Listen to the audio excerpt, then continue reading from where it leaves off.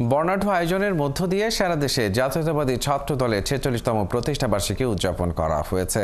প্রতিষ্ঠাবার্ষিকী উপলক্ষে বরিশালে আনন্দ শোভাযাত্রা ও সমাবেশ হয় জেলা ও মহানগর ছাত্র দলের আয়োজনে। এই সমাবেশে বিএনপি নেতারা বক্তব্য রাখেন। এ সময় তারা ছাত্র দলের গৌরবোজ্জ্বল ভূমিকা ধরে রাখার আহ্বান জানান।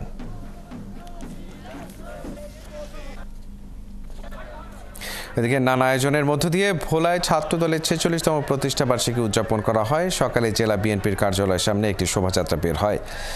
এর আগে এক সংক্ষিপ্ত সভায় বক্তব্য রাখেন জেলা বিএনপির নেতৃবৃন্দ।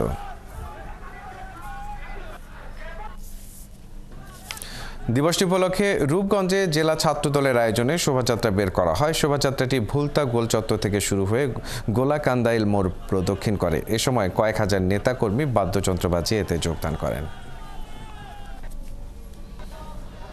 লক্ষ্মীপুরে জাতীয়তাবাদী ছাত্র দলের ৪৬তম প্রতিষ্ঠাবার্ষিকী উপলক্ষে সকালে শোভাযাত্রা বের করা হয়। পরে এক সমাবেশে বক্তারা যে কোনো পরিস্থিতিতে নেতাকর্মীদের ঐক্যবদ্ধ থাকার আহ্বান জানান। এছাড়াও কেন্দ্রীয় সকল কর্মসূচিতে রাজপথে থাকারও আহ্বান জানান তারা।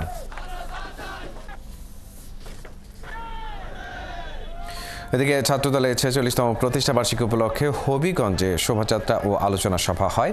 এছাড়া দুপুরে পৌরসভা মাঠ প্রাঙ্গণ থেকে জেলা ছাত্রদলের সভাপতি শাহ রাজীব আহমেদের নেতৃত্বে ও ঈদগাহ এলাকা থেকে সাধারণ সম্পাদক জিল্লুর রহমানের নেতৃত্বে মিছিল বের করা হয়।